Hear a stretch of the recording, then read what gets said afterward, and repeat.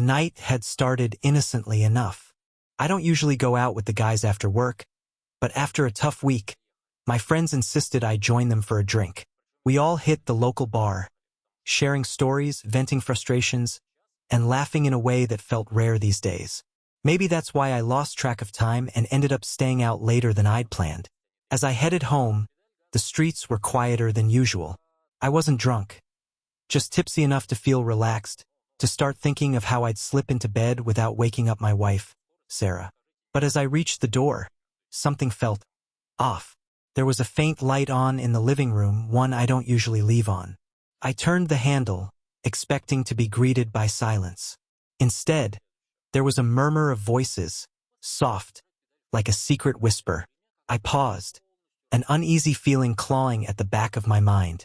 And then, I heard a low laugh that I knew didn't belong to Sarah. My heart pounded as I slowly pushed open the door to the living room. There they were. Sarah, sitting on the edge of the couch, her face pale and her eyes flicking between me and the man next to her. And the man? Johnny, the gatekeeper from my old school. The guy I'd exchanged casual nods with for years. I couldn't understand what he was doing here. At least I didn't want to understand. Mark! Sarah's voice was barely a whisper. She looked guilty, but I noticed she didn't seem surprised to see me. My mind started racing, piecing together things I'd ignored, like the late nights she'd had recently, the way she seemed to rush me out of the house on certain days. Johnny, I managed to say, my voice sounding foreign and distant. What are you doing here? He smirked, leaning back on the couch with an air of confidence that made my blood boil. Just catching up with Sarah, he replied casually, like he was chatting with an old friend. But his eyes never left me, and I could see a twisted glint in them. I looked at Sarah, my heart shattering in my chest. Is this what it looks like? She swallowed hard, guilt flashing across her face. And then she did something that tore me apart even more. She nodded. Just one small nod, but it was enough to rip open a flood of emotions. Anger, hurt, confusion. I trusted her completely. I'd never questioned her loyalty. Never thought I'd walk into my own home to find her with another man.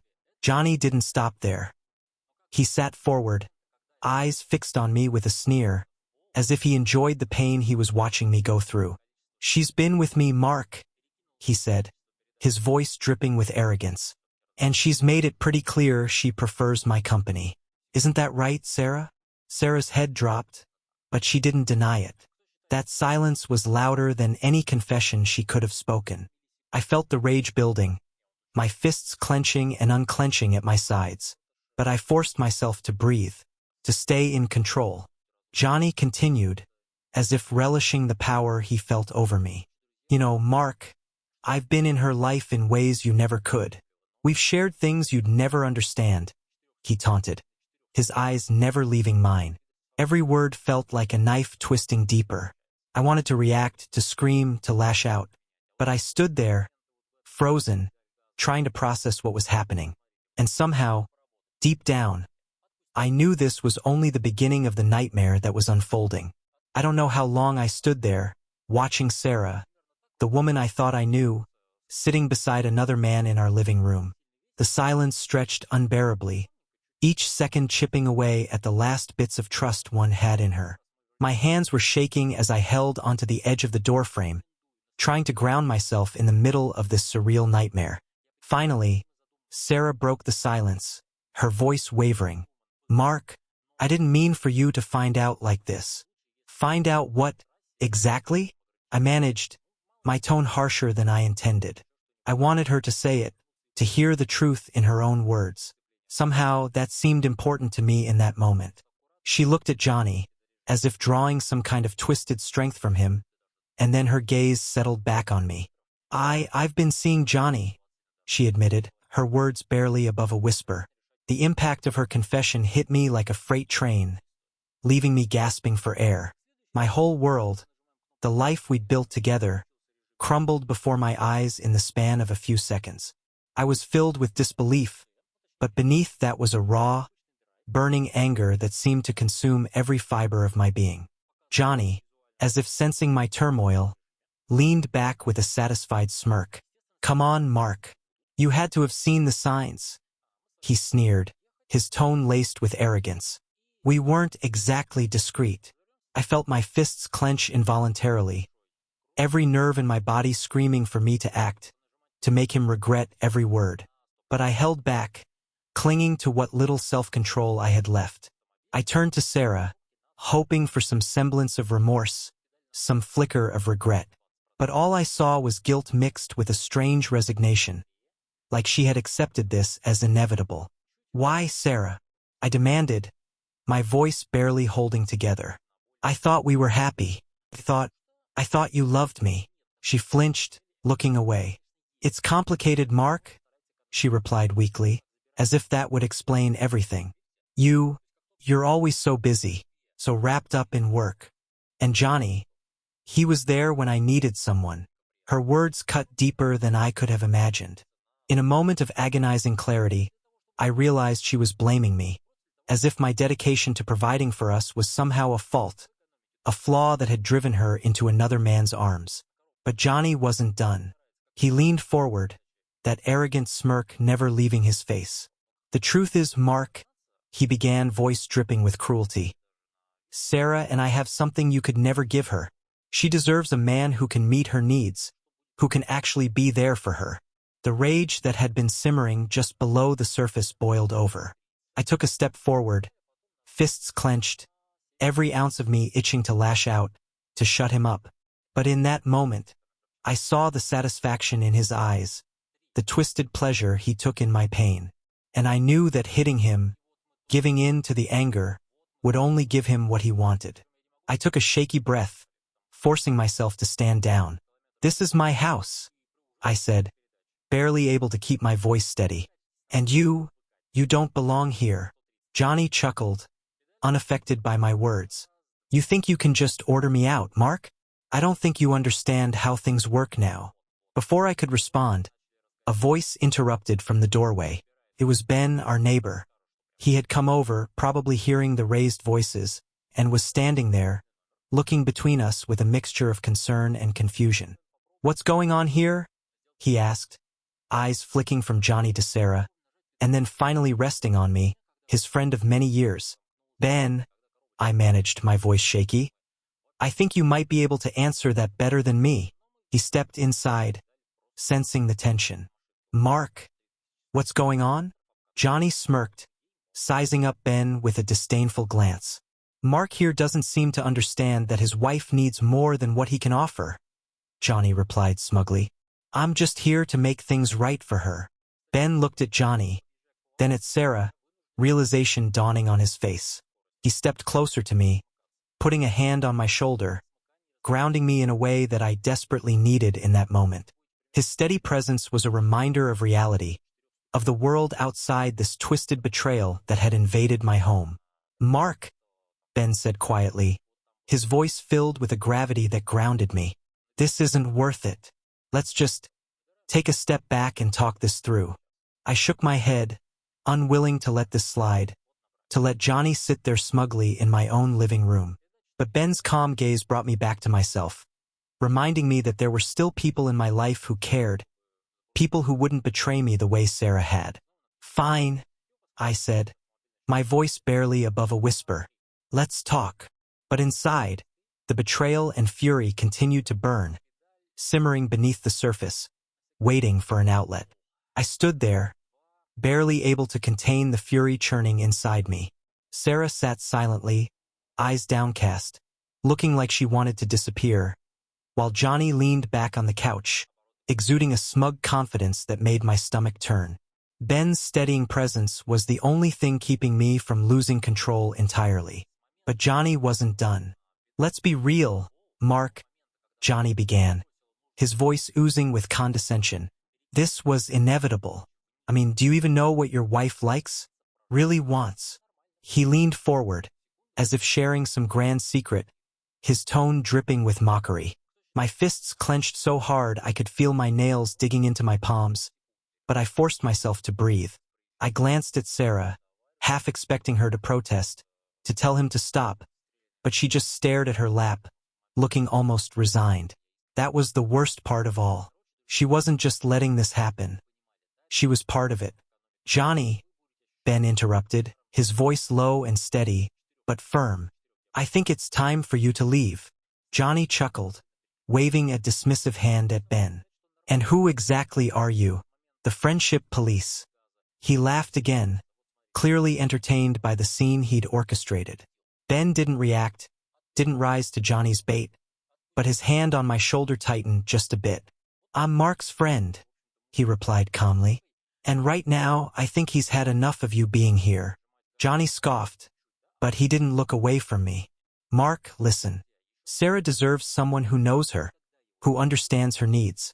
And you're too wrapped up in your work, in whatever it is you think matters, to actually see her.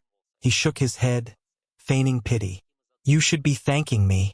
I've done what you couldn't. Given her attention. My jaw tightened, a storm of anger swirling inside me, but I held my ground. You have no idea what you're talking about, I said quietly, each word measured. I've given everything to this marriage. I trusted her. I believed in her. Johnny smirked, shrugging as if he found my loyalty laughable. Trust? Belief? Those are just words, Mark. She wants more than words. He looked at Sarah, his gaze lingering. Isn't that right? To my horror, Sarah nodded, ever so slightly, confirming his words. A fresh wave of pain washed over me, sharper than anything I'd felt before. Every memory, every promise we'd shared, now felt like a lie. Johnny seemed to sense he'd struck a nerve. You know, Mark, he continued, leaning forward. Sarah and we've talked about a lot of things. Dreams, fantasies, things she'd never dare share with you. He looked at me, eyes glinting with malice. Things you'd never understand. That was the last straw. I felt my composure start to crack, the anger I'd held back breaking through the thin barrier of restraint. I took a step forward, but Ben's grip tightened, holding me in place. He leaned closer, whispering just loud enough for me to hear. He's trying to get a reaction out of you. Don't give him the satisfaction. I exhaled, forcing myself to step back, to keep my mind clear. Johnny, clearly disappointed by my lack of response, laughed and shook his head. You know, it's kind of sad, Mark, watching you stand there, all righteous, thinking you're some kind of victim. He got up from the couch, standing toe-to-toe with me. I could see every bit of smugness etched on his face, every ounce of arrogance. But the truth is, you're not good enough for her. You've never been good enough. Before I could react, another voice chimed in from the doorway. It was Rick, one of my friends from the bar. He must have been worried when I didn't answer his texts and came to check on me. His eyes widened as he took in the scene, instantly understanding the tension in the room. Whoa, Rick said, looking between me, Johnny, and Sarah. What's going on here? Johnny smirked, unfazed by the new arrival. Just a friendly discussion, he said, feigning innocence. But if you ask me, your friend here could use a reality check. Rick didn't hesitate. He stepped up beside me, his presence a solid reminder that I wasn't alone in this. Mark doesn't need anything from you, Johnny, he said firmly. You're the one who doesn't belong here. Johnny rolled his eyes, clearly unimpressed by the growing opposition. Is this the part where all the loyal friends show up to defend their poor, betrayed buddy? He sneered. Face it, Mark. Sarah chose me. She's been choosing me for a while now. Each word was like a punch to the gut, but I steeled myself, focusing on the faces of the people standing by me. Ben. Rick. I wasn't alone in this, and as much as Johnny wanted to break me, I wasn't going to let him have that power. Sarah finally looked up, her face a mixture of shame and sadness. Mark, I'm sorry, she whispered, but the words felt hollow. She had made her choice, and now she was watching the consequences unfold, seeing firsthand the destruction she had allowed into our lives. Johnny looked at her, his smirk fading just slightly. For a brief moment, there was a flicker of something else in his eyes, doubt, maybe, but he quickly masked it, wrapping his arm around her shoulders as if to stake his claim. Come on, Sarah, he said smoothly. Let's leave them to their little intervention. She looked at him, then at me, uncertainty flashing across her face. It was a small glimmer of hesitation, but it was there. And in that moment, I realized that despite everything, despite all the pain she'd caused, she was still torn, still unsure of whether this was what she truly wanted. But Johnny, sensing her wavering, tightened his hold on her, his eyes flashing with a cold determination. "You don't need him, Sarah," he murmured, loud enough for everyone to hear. "You've got me now." It was as if he was daring her, challenging her to make a choice in front of everyone. She looked down, conflicted, the weight of the situation finally sinking in. And in that silence, that moment of indecision, I saw the faintest sliver of hope, an opportunity, perhaps, to salvage something from this wreckage. I glanced at Rick and Ben, their expressions a silent support. And for the first time since this nightmare began, I felt a glimmer of strength returning, a realization that I still had people who cared, people who would stand by me no matter what. Taking a deep breath, I met Johnny's gaze, refusing to look away, refusing to let him see me broken. "You may have her now," I said, my voice steady. "But remember, what starts with lies and betrayal never ends well." Johnny's smirk faltered, just for a second. And in that moment, I saw a crack in his confidence, a tiny fracture in the arrogance he wore like armor. This wasn't over. Not by a long shot. As Johnny tightened his hold on Sarah's shoulder, I noticed something flicker in her eyes. Doubt? Regret? I couldn't tell, but it was there, and Johnny must have sensed it too because his grip on her subtly tightened. A clear signal that he wouldn't let her go without a fight. His smirk was still there, but that tiny hesitation, that crack in his confidence from earlier, it lingered. Rick and Ben stood beside me, each of us silently daring him to make a move, to give us a reason to finally put an end to this twisted game he was playing. But Johnny, ever the performer, looked at us with feigned indifference. "Mark, don't fool yourself," he said, his voice dripping with mock sympathy. "Sarah's with me now. There's no going back." Sarah looked up at him, her expression conflicted, as if realizing the weight of what he was declaring. Her gaze shifted to me, and for a brief second, our eyes met. There was something there, a glimmer of the connection we'd once shared. The memory of it stung, a reminder of what we'd built together, now crumbling. Rick stepped forward, his voice low but firm. "You've made your point, Johnny. You got what you wanted, right? So why don't you take it and leave?" Johnny scoffed, as if the very idea was beneath him. "And miss out on the chance to rub it in? No way."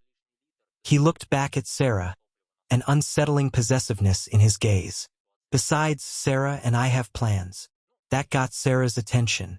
"Plans?" she echoed, her tone uncertain.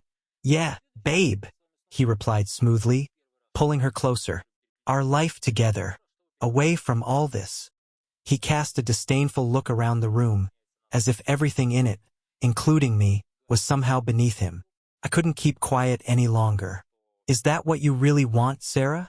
To throw away everything we've built for this?" She hesitated, her gaze dropping to the floor.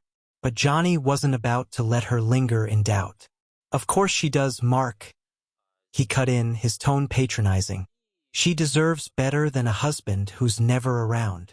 The words hit hard, dredging up old insecurities I'd buried long ago.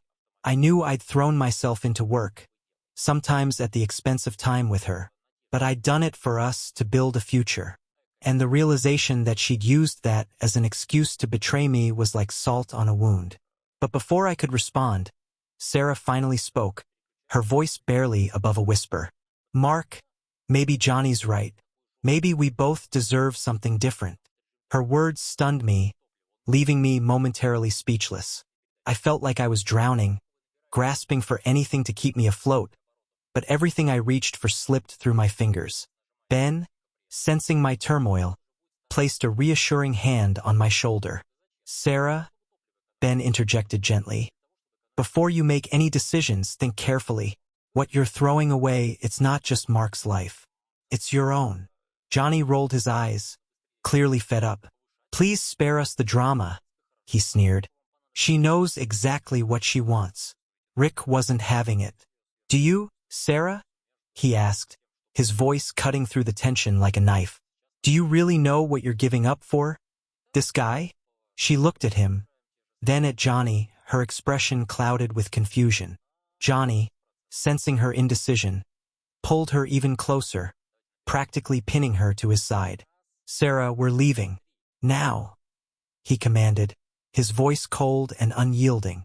But something in her posture changed, a subtle shift that was barely perceptible but unmistakable. She looked at him, really looked at him, as if seeing him for the first time, and a flicker of doubt crossed her face. Johnny, she murmured, a hint of uncertainty in her voice. He stiffened, his grip on her shoulder tightening. What? He demanded, his voice laced with irritation. She glanced at me, and for the first time since this nightmare began, I saw a hint of the woman I'd once known.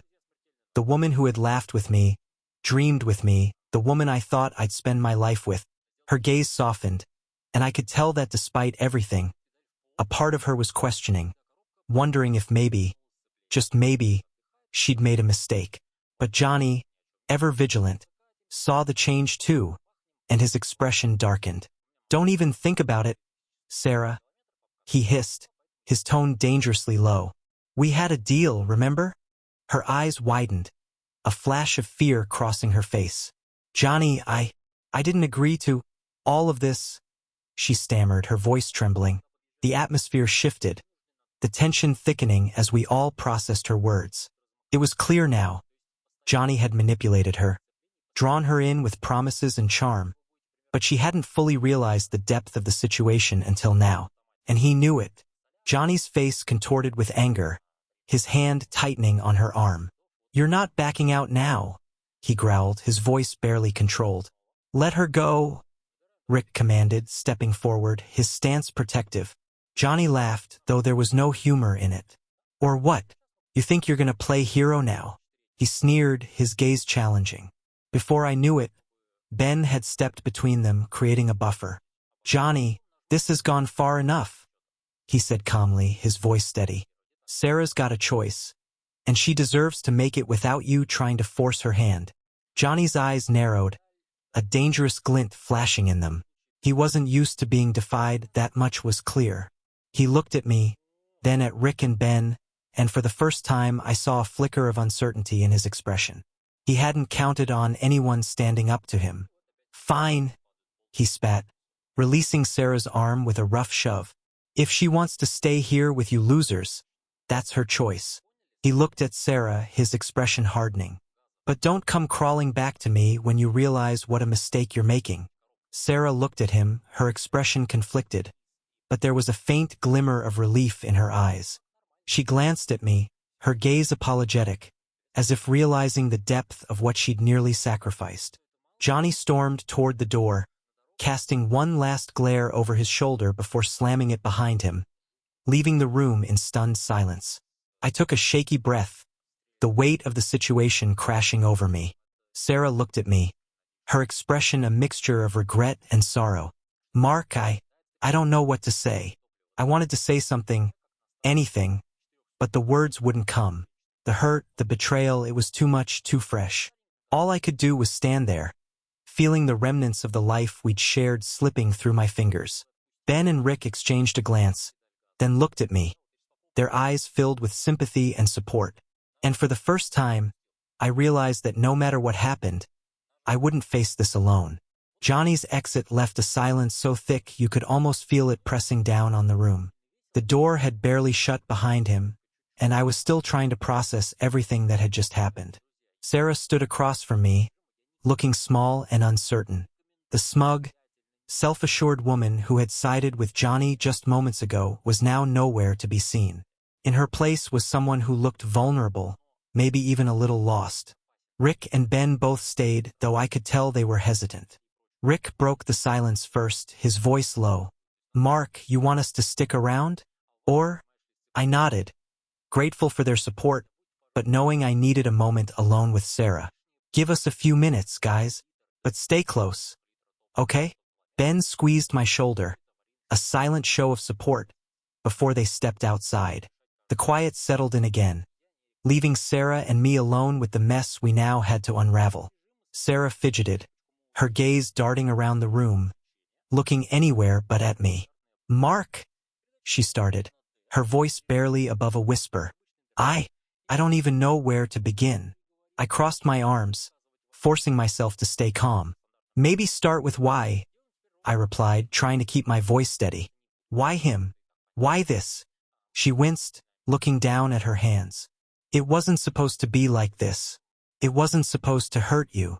She laughed bitterly, as if realizing the absurdity of her words.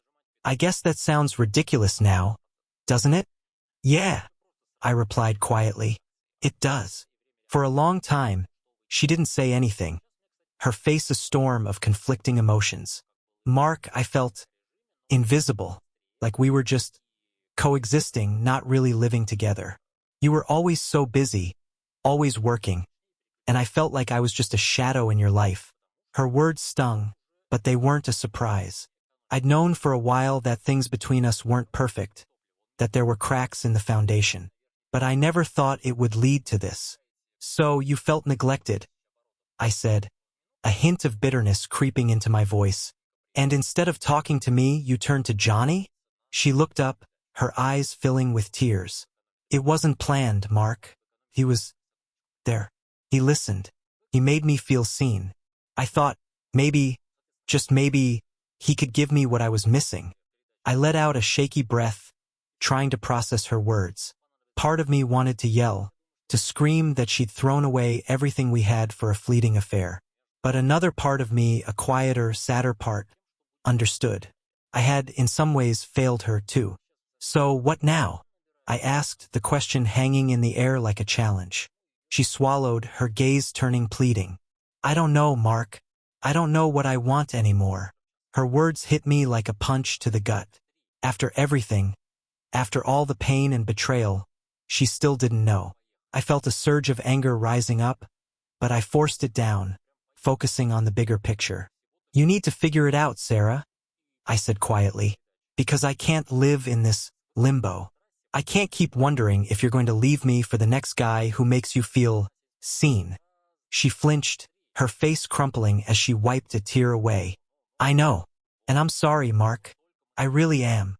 There was a vulnerability in her voice that I hadn't heard in a long time, a small flicker of the woman I'd once fallen in love with. But it wasn't enough, not anymore. The trust we'd built over the years had been shattered, and I didn't know if it could ever be repaired. "Do you even want to be here?" I asked, my voice barely a whisper. "With me?" She looked at me, her eyes red-rimmed and full of regret. I think I do," she whispered, though her words lacked conviction. "But I don't know how to make it right." I sighed, the weight of everything pressing down on me. "You need to figure it out, Sarah, because if you don't, I'm not sure there's anything left to save." For the first time, a flicker of determination crossed her face. "I want to try, Mark. I know I messed up badly, but I want to try to make it right if you'll let me." Her words hung in the air, a tentative olive branch that I wasn't sure I wanted to accept. But deep down, a part of me, small and bruised but still there, wanted to believe her. "I don't know, Sarah," I replied honestly. "I don't know if I can trust you again." She nodded, understanding the gravity of my words. "I'll do whatever it takes, Mark. I don't expect you to forgive me overnight, but if there's any chance, any at all." I took a shaky breath, the conflicting emotions swirling inside me. Anger, hurt, hope, and a longing for the life we'd built together. But I knew it wouldn't be easy. The road ahead, if we chose to walk it together, would be filled with painful conversations and difficult truths. But maybe, just maybe, it was worth a shot. Outside, Rick and Ben waited, their presence a comforting reminder that, no matter what happened, I had people who cared about me. And for the first time in a long time, I realized that I didn't have to face this alone.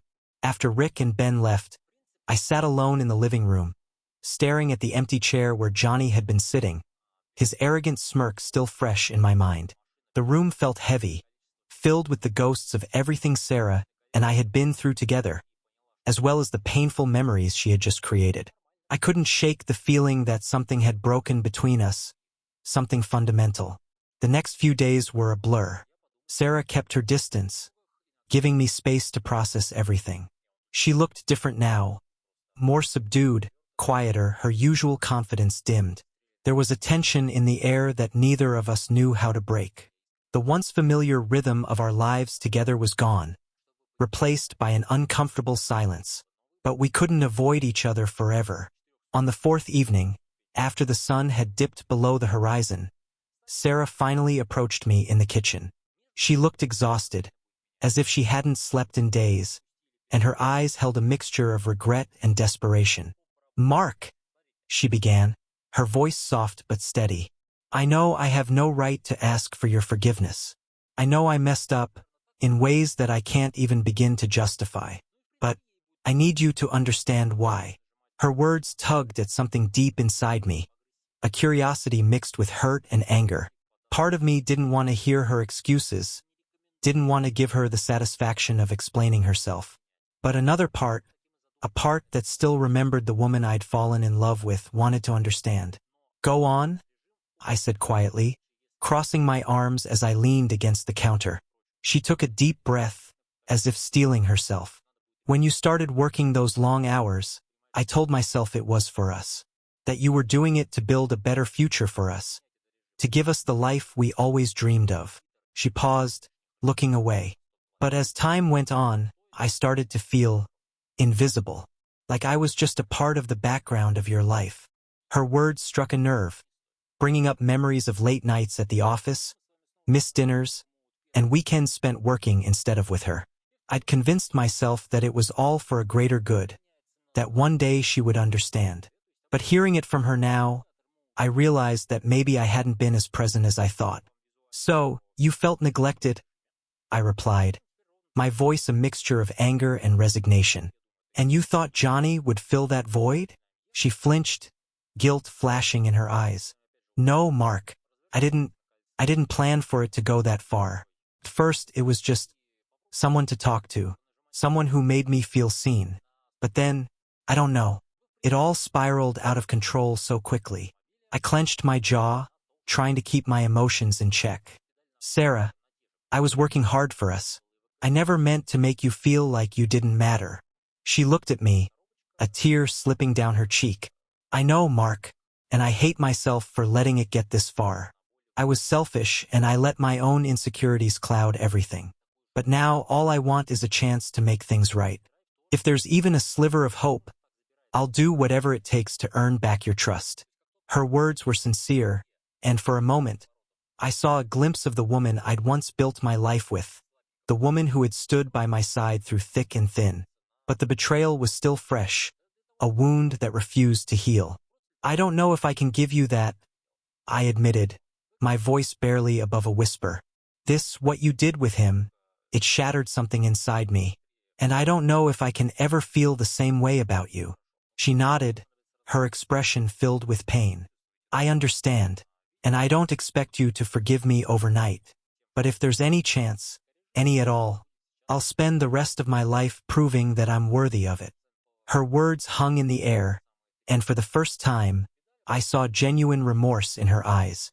She was ready to fight for us, to rebuild what we'd lost. But I wasn't sure if I had the strength to go through with it. "I need time," I finally said, the words feeling heavy on my tongue.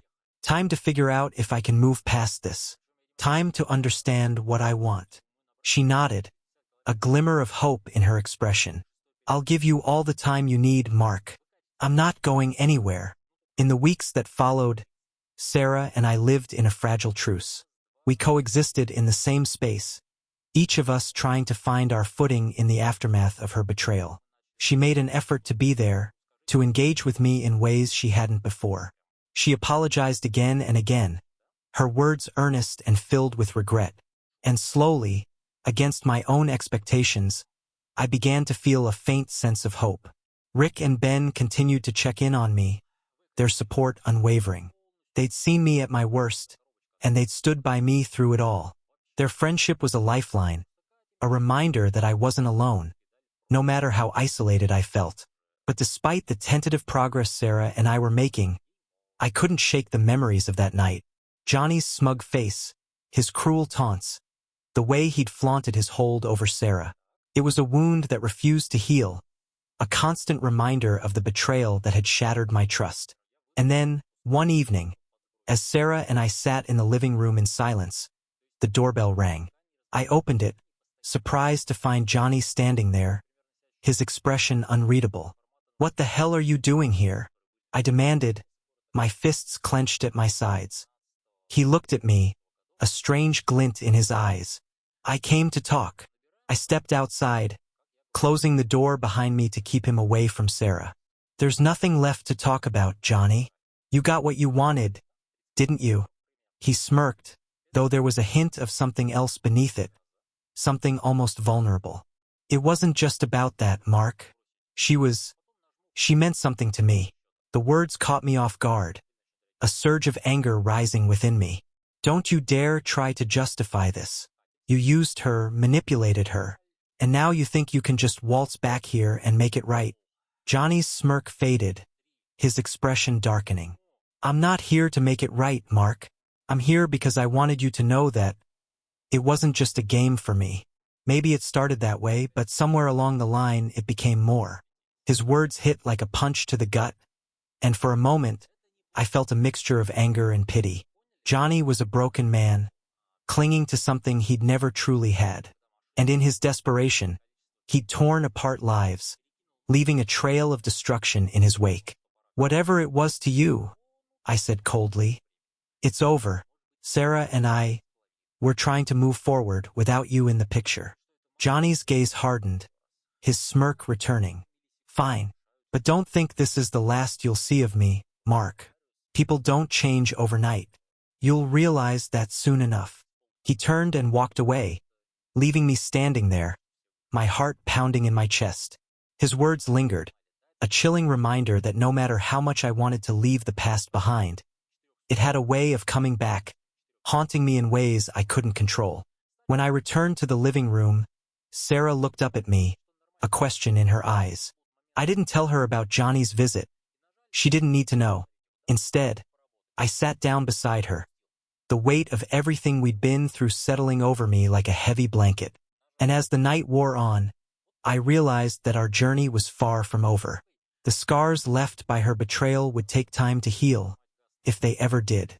But for the first time in a long time, I felt a flicker of hope, a fragile, tentative hope that maybe, just maybe, we could rebuild what we'd lost. In the days after Johnny's unexpected visit, a sense of unease lingered in the air, filling every room and every silence between Sarah and me. The knowledge that he could just show up whenever he wanted made it hard to feel safe in my own home. I knew that if we were going to move forward, we had to address not only the lingering resentment between us but also the impact of Johnny's shadow on our lives. Sarah sensed the shift in my demeanor, though she didn't know the full story. She tiptoed around me, hesitant, as if afraid to disturb the fragile peace we'd been working so hard to maintain. But one evening, as we sat on the couch in silence, she finally turned to me. "Mark," she began, her voice filled with uncertainty. "I know I've hurt you in ways I can't even imagine, but I need you to know, I'm committed to making this work, whatever it takes." Her words were sincere, but I could see the fear and guilt in her eyes. She was scared, not just of losing me, but of facing the consequences of what she'd done. And as much as I wanted to hold on to my anger, I knew that if we were going to rebuild, I had to start somewhere. "I believe you, Sarah," I replied, choosing my words carefully. "But trust isn't something we can just rebuild overnight. It's going to take time, effort, and honesty on both our parts." She nodded, relief flickering across her face. "I understand, and I'll do whatever it takes, Mark. I know I don't deserve your forgiveness, but I want to earn it." The days that followed were a delicate dance, each of us tiptoeing around our shared past, trying to navigate the minefield of emotions that lay beneath the surface.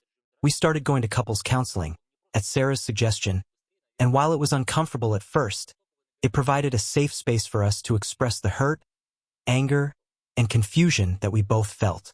The therapist, a calm and patient woman named Dr. Keller, guided us through exercises that forced us to confront our issues head-on. She didn't let either of us shy away from the difficult conversations, and over time, I found myself opening up in ways I hadn't expected. One evening, during a particularly intense session, Dr. Keller turned to Sarah and asked a question that caught both of us off guard. "Sarah, what is it that you're truly seeking from Mark? Beyond his forgiveness, beyond the stability of your marriage, what do you want from him as a partner?" Sarah was silent for a long time, her face a mix of emotions. Finally, she looked at me, her gaze filled with something I hadn't seen in a while: vulnerability.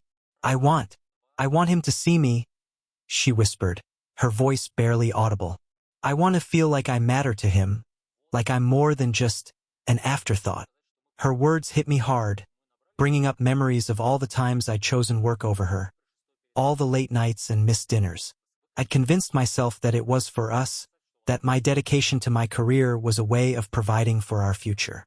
But in doing so, I'd failed to see the cracks forming in our relationship, the subtle ways in which we drifted apart. "I'm sorry, Sarah," I replied, my voice thick with emotion. "I didn't realize how much I was taking you for granted.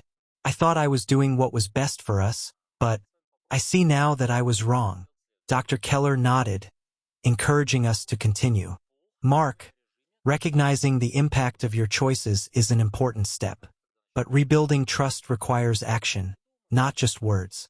How do you plan to show Sarah that she is, in fact, a priority in your life?" The question lingered in the air, and for the first time, I felt a sense of clarity. It wasn't just about forgiving Sarah or moving past the betrayal. It was about rebuilding a foundation that was strong enough to withstand the trials we would inevitably face. "I'm going to make an effort to be more present," I replied, my voice firm. "I'll prioritize our relationship, make time for us, and be there for her in ways I wasn't before. I know it won't be easy, but I'm willing to try." Sarah reached for my hand, her eyes filled with a mixture of gratitude and relief. It was a small gesture, but in that moment, it felt like a step toward healing. As the weeks went on, we settled into a new routine. We began spending more time together, going on dates, and rediscovering the connection that had once brought us together. It was awkward at first, like learning to dance again after forgetting the steps, but with each passing day, the awkwardness began to fade. However, Johnny's shadow continued to loom over us. Despite our progress, I couldn't shake the memory of his visit, his smug face, and his parting words. It was a constant reminder of the betrayal that had shattered our lives, and I knew that if we were going to truly move forward, I had to confront it. One evening, as Sarah and I sat on the porch, watching the sun dip below the horizon, I finally brought it up. "Sarah, there's something I need to talk to you about." I began, my voice tense. She looked at me, her expression a mixture of curiosity and concern. "What is it?" I hesitated, choosing my words carefully. "A few weeks ago, Johnny came to the house. He wanted to talk." Her face paled, her eyes widening in shock. "What? When? Why didn't you tell me?" "I didn't want to upset you," I replied, my voice filled with frustration. "But he said some things that have been bothering me. He claimed that you meant something to him, that it wasn't just a fling." She looked down, her face filled with shame. "Mark, I'm so sorry. I didn't know he would. I didn't realize he'd come to you." "Why, Sarah?" I asked, my voice filled with hurt. "Why did you let it go so far? Why him, of all people?" She was silent for a long time, her face a mixture of regret and sadness. "I don't have an excuse, Mark. I let myself get lost in something that I thought would make me feel alive. I was wrong, and I hurt you in ways I can never take back." Her honesty stung, but it was also strangely liberating.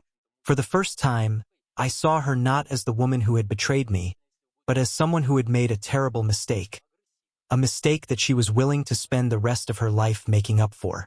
"I don't know if I can ever forget what happened," I admitted, my voice barely above a whisper. "But I want to try. I want to believe that we can get through this."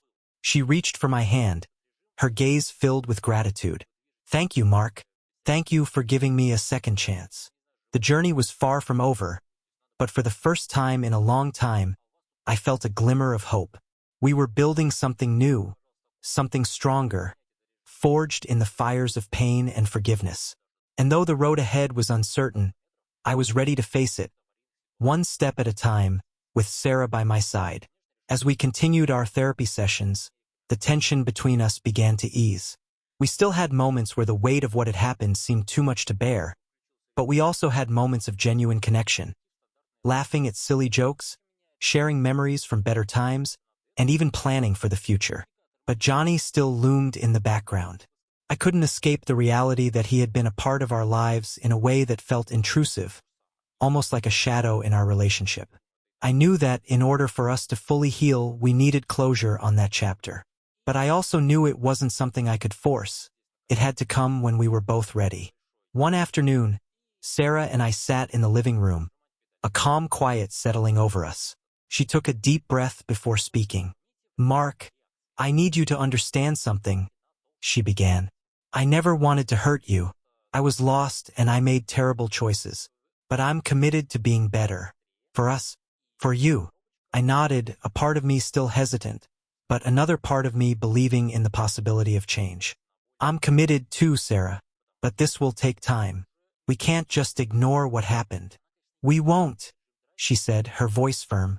"I'm not asking for immediate forgiveness. I'm asking for the chance to prove that I'm not the woman I was." We sat there, both of us holding our breath. Trust was fragile, but somehow in that moment it felt like it was worth fighting for. As the days went on, Sarah and I worked harder than ever to reconnect. Our house, once filled with the weight of unspoken resentments, began to feel more like a home again. But there were still moments where the past crept back in, moments where the betrayal seemed too raw to fully move past. During our therapy sessions, Dr. Keller guided us through difficult discussions, helping us uncover the root causes of the distance between us. We learned more about each other's fears and desires, the things we had both been neglecting without realizing it. For Sarah, it was the need for affirmation and attention, something she felt she had lost in the whirlwind of my career and life's demands. For me, it was the sense of being blindsided by the betrayal and the difficulty of trusting again. In the weeks that followed, I found myself making small but significant changes. I started to listen more intently when Sarah spoke, paying attention to her needs and emotions in a way I hadn't before. I made an effort to spend more time with her, planning simple dates, dinners, walks in the park, just the two of us. Slowly, I began to realize that while I couldn't change the past, I could shape the future with my actions. Sarah, for her part, began to take more responsibility for the ways she had hurt me. She didn't just apologize. She showed me through her actions that she was committed to making things right. We worked together to rebuild our trust, brick by brick. But there were moments when I couldn't shake the feeling of lingering doubt. Johnny still had a way of appearing in my thoughts, even if he wasn't physically present. I hadn't seen him since that day in the living room, but I couldn't help but wonder what he might still want from Sarah. What was his role in all of this? One evening, unable to shake the curiosity, I asked Sarah about him directly. "Sarah, I need to ask you something," I said, my voice cautious but steady. "What exactly was your relationship with Johnny? I need to know, for my own peace of mind." She looked at me, her expression serious.